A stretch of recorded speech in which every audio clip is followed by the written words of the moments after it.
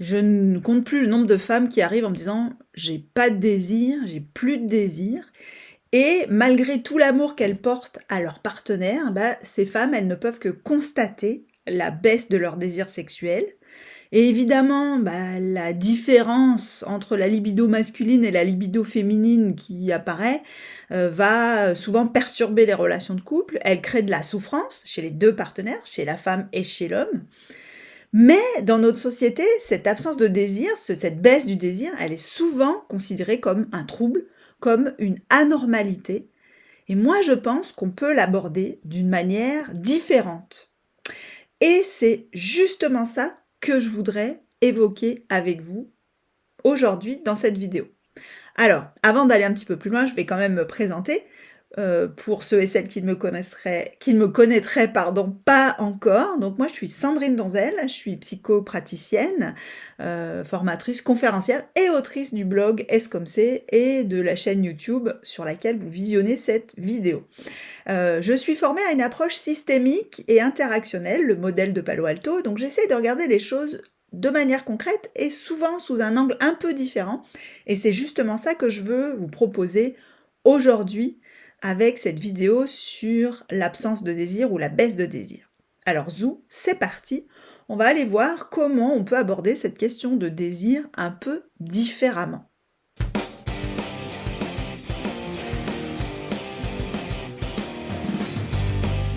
Est-ce que vous avez déjà remarqué, déjà premier point, à quel point le manque de désir sexuel est considéré comme anormal? Heu, Quand on parle d'un problème de désir, de manque de désir, on suppose généralement, la première idée qui nous vient à l'esprit, c'est un problème hormonal, un problème psychologique, un problème de couple. C'est ça qui nous vient en tête à la première fois, à la première intention, pardon. Si vous ne me croyez pas, essayez donc d'aborder le sujet avec vos amis, votre médecin, votre esthéticienne, votre dentiste. Enfin, moi je rigole, mais quand même l'idée c'est ça. Faites des tests, vous allez voir que si vous parlez d'une faible libido, soit que vous la viviez vous, soit enfin d'un désir qui se fait la malle, vous allez voir comme tout le monde va s'atteler à faire une chose, à vous donner des tas de conseils sur comment réveiller cette fameuse libido, comment pimenter votre vie sexuelle pour retrouver du plaisir, du désir, etc., etc. Et ça traduit une chose très importante. On est dans une société où on aime bien se raconter la fable de la sexualité épanouie pour tout le monde. Tout le monde est censé avoir du désir sexuel, des envies et du plaisir. Et je ne parlerai pas du plaisir, mais le défaut du désir, la baisse du désir, ça ne peut venir justement que d'un problème, d'une maladie, quelque chose à tourner de travers dans la vie de la personne qui manque de désir, quelque chose qu'il faut corriger. C'est une approche pathologisante du désir. Jean-Claude Kaufmann le dit d'une manière très claire dans son livre qui s'intitule « Pas envie ce soir, la question du tabou du consentement dans le couple », dont vous trouverez les liens d'ailleurs pour vous le procurer dans l'article qui est joint à cette vidéo. Mais bref, voilà ce qu'il dit, Jean-Claude Kaufmann. Il dit « Masturbation, sadomasochisme, expérience homosexuelle, plus rien n'est tabou dans les pratiques sexuelles aujourd'hui. Plus rien, sauf l'absence de désir. » Et ça, moi, je le constate, à titre personnel un petit peu, mais surtout à titre professionnel. Je ne compte plus le nombre de femmes que je reçois chez moi qui me disent avoir consulté, seule ou en couple, pour une libido à 0. Et généralement, l'intervenant qu'elles sont allées voir considère que, bah oui, il faudrait qu'elles aient plus d'appétit sexuel, que quand même, ça n'est pas normal. Et bah, souvent, la sexologie, ça marche pas, on va chercher du côté des hormones, on met des traitements, on remet en cause la contraception. Bon, là, je ne vais pas épiloguer sur le sujet, mais cette fameuse idée de la libido sous pilule qui serait catastrophique, etc. Je pense, c'est mon point de vue personnel, mais il gagnera à être vérifié, mais je pense qu'on y a surtout gagné des grossesses non désirées, sans vraiment avoir la preuve que notre manque de libido vient de là, mais vous allez comprendre dans la suite de la vidéo pourquoi je dis ça. Donc, dans notre société, l'absence de désir, le faible désir, ça devient une pathologie, une maladie. Et toute cette agitation autour du désir, génère beaucoup de culpabilité chez celles qui en souffrent et ceux aussi, et beaucoup de tentatives pour essayer de rétablir le désir, alors qu'on évite soigneusement de se poser des questions sur comment ça marche le désir. Pourtant, on peut aimer les rapports de séduction, l'intimité affective, mais ne pas apprécier les rapports sexuels, même s'ils nous procurent du plaisir physique. Et je dois bien ajouter que c'est particulièrement problématique parce que comme notre société présente l'absence de désir comme étant une pathologie, c'est difficile d'oser affirmer que pour nous, ça n'en est pas une et que c'est notre mode de fonctionnement normal. Donc souvent, ça prend pas mal d'années pour arriver à s'accorder ce droit-là.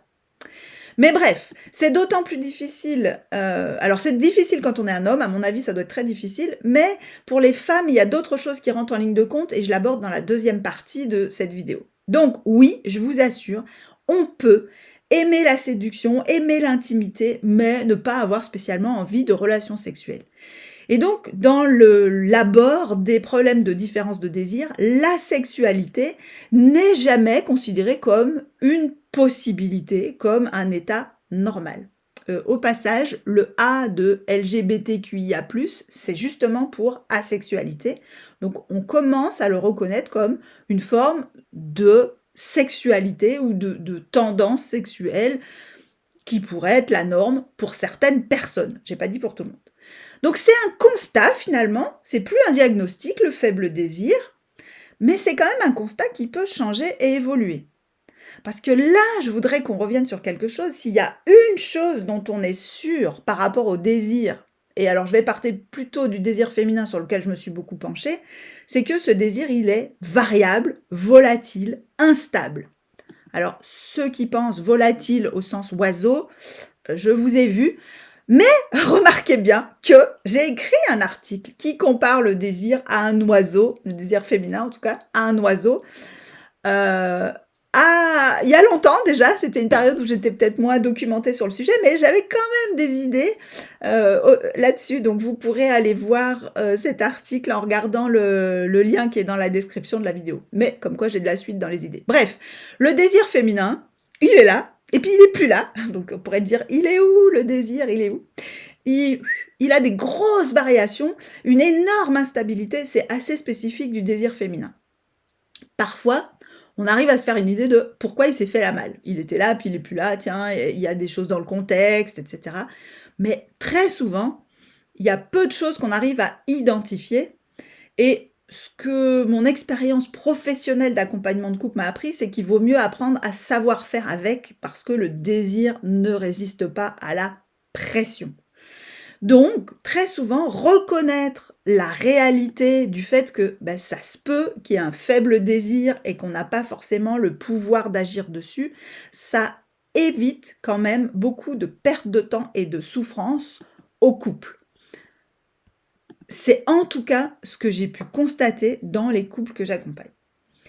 Et évidemment, ce constat, se dire ok, on n'a peut-être pas de pouvoir sur le désir, ça laisse au couple la possibilité de se réinventer sur d'autres bases, et justement en diminuant la pression sur le désir du partenaire qui a le moins de désir, diminuer la pression, ça permet parfois que le désir revienne, et parfois non, ou à un niveau qui n'est pas forcément satisfaisant pour l'autre partenaire. Bon, soit dit en passant, si quelqu'un savait à coup sûr comment faire revenir le désir, je ne serais pas en train d'écrire cet article et vous ne seriez pas en train de vous y intéresser. Mais bref, quand on lâche la grappe, quand on lâche la pression sur le désir, il vaut mieux être préparé à l'éventualité que ce désir ne revienne pas et commencer à aborder des questions qui sont quand même assez intéressantes. Donc, on lâche pas la grappe en disant « Tu vas avoir du désir, sinon tu vas voir, je vais te quitter, je vais te tromper, etc. » Parce que ça, c'est de la pression. C'est plutôt, c'est quoi les bonnes questions à se poser? Et j'attire votre attention sur le fait que ce sont des questions qui seront intéressantes à se poser si on reste en couple et qu'on vieillit ensemble. parce que, inévitablement, à un moment donné, il est probable que ces questions se poseraient. Donc ces questions, c'est quoi? C'est quoi un couple qui n'a plus de relations sexuelles? C'est quoi une sexualité sans pénétration, par exemple? Est-ce qu'on peut avoir une sexualité sans pénétration? Est-ce qu'on peut imaginer une sexualité autrement? Et donc il y en a plein d'autres que je vous laisse explorer par vous-même. Dans les couples que j'accompagne, souvent, en fait, c'est pas forcément moi qui pose ces questions, mais en amenant le sujet et en permettant que cette discussion se fasse, ils en trouvent des questions et ils trouvent aussi des réponses. Bref, j'ai déjà parlé à de multiples reprises de l'incompatibilité entre le désir et la pression, y compris celle qu'on se met à soi-même en mode: «Il faudrait que j'ai du désir», et donc c'est dans ce sens-là aussi que la pression de la société sur, la sexualité, ça pose problème. Je vous invite à lire, les articles que j'ai écrits par le passé sur le sujet. Là aussi, vous trouverez les liens, dans la description de la vidéo. Enfin, en tout cas, le lien vers l'article où je les ai tous recensés. Mais il y a autre chose qu'il faudrait faire passer quand même comme message. Le désir peut être indépendant du sentiment amoureux chez les hommes, mais aussi chez les femmes. Alors ça me fait penser d'ailleurs à un paradoxe, celui justement du désir non lié au sentiment amoureux. On admet généralement que les hommes ne lient pas vraiment amour et sexe. En gros, ils sont censés pouvoir faire l'amour sans sentiment. Ce qui n'est pas tout à fait vrai. Les hommes qui regardent cette vidéo, questionnez-vous, vous verrez que c'est pas si vrai que ça. Et pourtant, donc eux, ils partent de ce principe, mais dans tous les couples que je vois, en fait, les hommes associent fortement la baisse de désir de leur partenaire avec une baisse de l'amour qu'elle leur porte. Et c'est bien ça qui les fait souffrir. C'est-à-dire que si ma compagne ne me désire pas, alors elle ne m'aime plus. Donc évidemment, ils supposent qu'à l'inverse, les femmes ne peuvent pas dissocier amour et sexe. Et pourtant, les femmes, qu'est-ce qu'elles disent? Mais si, je l'aime, j'ai du respect pour lui, mais je ne le désire plus. Alors évidemment, là aussi, il y a des questions sans fin sur qu'est-ce que c'est que l'amour. Donc ça revient aux questions de c'est quoi un couple sans relation sexuelle. Mais pour qu'on se lâche la grappe mutuellement, il faudrait quand même que les hommes comprennent que la diminution du désir n'a rien à voir avec la diminution de l'amour. Et inversement.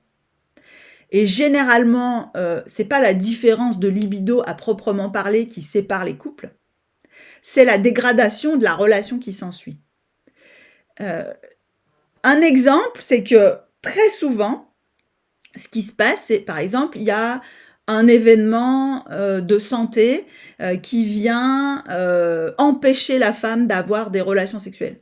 Par exemple, une maladie, une infection, une opération, et qui peut durer d'ailleurs plus ou moins longtemps, parfois plusieurs mois.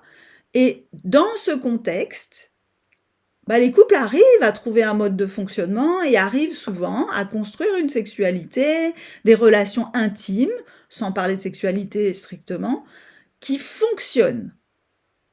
Et on pourrait imaginer que ça pourrait durer beaucoup plus longtemps, mais ça mérite qu'on se pose la question en couple. Donc cette question, enfin ces questions, c'est celle dont j'ai parlé un peu avant, sur qu'est-ce qu'on fait si finalement il n'y a plus de sexualité entre nous deux, si la sexualité n'est plus possible. Mais ce n'est pas tout. Il y a une maladie du désir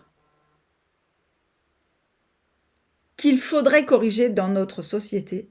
Et cette maladie du désir, elle est probablement liée à la manière dont nos couples fonctionnent. J'accompagne des couples, pas mal de couples, majoritairement des couples hétérosexuels, mais pas seulement, mais dans les couples homosexuels, les problématiques sont un peu différentes. En fait, les couples hétérosexuels que je reçois ne font pas mentir les statistiques générales. Il existe chez eux une forte dissymétrie du désir entre les femmes et les femmes ayant généralement, ça peut varier individuellement, mais les femmes ayant généralement beaucoup moins de désir que les hommes, écart qui finit par générer de la souffrance des deux côtés, je l'ai déjà dit.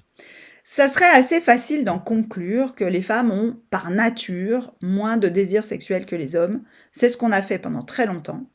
Mais quand on se penche sur les travaux de recherche en biologie, en sexologie, sur les travaux de recherche en sociologie, on comprend vite que c'est probablement pas là qu'est le problème. Parce qu'en fait, qu'est-ce que la biologie nous montre? Le désir féminin, il semble fonctionner à peu près de la même manière que le désir masculin. Déjà ça, souvent ça surprend. Je vous invite à lire, quelques bouquins sur le sujet, notamment un livre de Daniel Bergner qui s'intitule «Que veulent les femmes?». Alors cherchez bien avec l'auteur, c'est pareil, il y aura le lien dans la description de la vidéo, parce qu'il y a d'autres trucs que veulent les femmes, mais qui sont pas celui-ci. Donc ce livre, il recense un peu tous les résultats des travaux de recherche sur le désir féminin. Donc voilà, ce qu'on sait, c'est que visiblement, le désir féminin ne fonctionne pas fondamentalement différent du désir masculin. Mais on constate que quand les femmes sont en couple, là, leur désir se casse la gueule. Donc ça pose la question, que fait le couple hétérosexuel aux femmes pour briser leur désir à ce point-là? Avant la mise en couple, avant les 2 premières années de la mise en couple, ça marche. Et alors j'allais rajouter, plus encore, qu'est-ce que la parentalité fait en couple pour amener ce résultat-là? Qu'est-ce que la manière dont on fonctionne fait aux femmes pour détruire leur désir qu'il ne fait pas aux hommes? Parce que les chiffres sont là en fait. La baisse de désir des femmes en couple hétérosexuel, elle est massive, et encore plus quand la femme devient mère. C'est un constat mathématique. Et en fait, c'est cet aspect massif qui laisse penser qu'il ne peut pas seulement s'agir d'un problème individuel de santé ou psychologique, mais que la raison est autre part. Si c'était un problème individuel, on n'aurait pas des chiffres aussi importants. Donc, il y a quelque chose dans nos règles de fonctionnement, dans la manière dont le couple, les couples, quasiment tous les couples fonctionnent, qui fait quelque chose au désir des femmes. Quelque chose qui nous semble tellement normal que ça se met en place, comme dirait l'autre, à l'insu de notre plein gré. C'est-à-dire qu'avec la meilleure volonté du monde, on ne se rend même pas compte de ce qui fait que ça se passe comme ça. Et tant qu'on n'aura pas résolu ce problème, en tout cas tant qu'on ne sera pas penché globalement, collectivement sur qu'est-ce qui se passe dans les couples pour qu'on en arrive là, on fera du bricolage individuel. Alors le bricolage individuel, ça peut soulager un couple, ça peut permettre à un couple donné de repartir du bon pied et d'améliorer sa relation, mais il ne faut pas faire porter sur l'individu des problématiques et des questions qui relèvent d'un autre niveau. Et je dis ça aussi pour les gens qui accompagnent des couples ou des femmes qui se posent des questions sur leur libido. En tant qu'intervenant, on a la responsabilité d'avoir conscience de ces mécanismes pour éviter de créer de la souffrance supplémentaire et de la culpabilité en tentant de résoudre à un niveau individuel un problème qui n'est pas individuel, ou en tentant de résoudre à un niveau sexologique un problème qui est relationnel, et etc., etc. Donc, je vous invite maintenant à réfléchir à toutes les questions que j'ai soulevées pendant cette vidéo. Vous pouvez trouver plein de ressources complémentaires sur mon blog, donc pareil, les liens sont dans la description de la vidéo. Des bouquins, j'en cite 3 autres dans l'article, donc là aussi le lien est dans la description de la vidéo. Et comme c'est un sujet qui ouvre, ma foi, plus de questions qu'il n'apporte de réponses, je vous invite à me faire part de vos réactions et de vos commentaires en commentaire de la vidéo, en commentaire sur l'article sur le blog, ou si vous préférez rester anonyme, vous pouvez me contacter par mail pour me faire part de vos réactions, ça m'intéresse vivement. Dernière chose, vous l'aurez compris, j'accompagne des couples, donc si ça vous intéresse de savoir comment je travaille avec les couples, vous pouvez aller voir les détails que j'ai mis sur mon site. Il y a plein d'infos et si ça suffit pas, vous pouvez me contacter. Je peux accompagner aussi bien en individuel, donc là on parle pas d'un accompagnement de couple, ça c'est quand le partenaire ou la partenaire ne veut pas ou ne peut pas venir.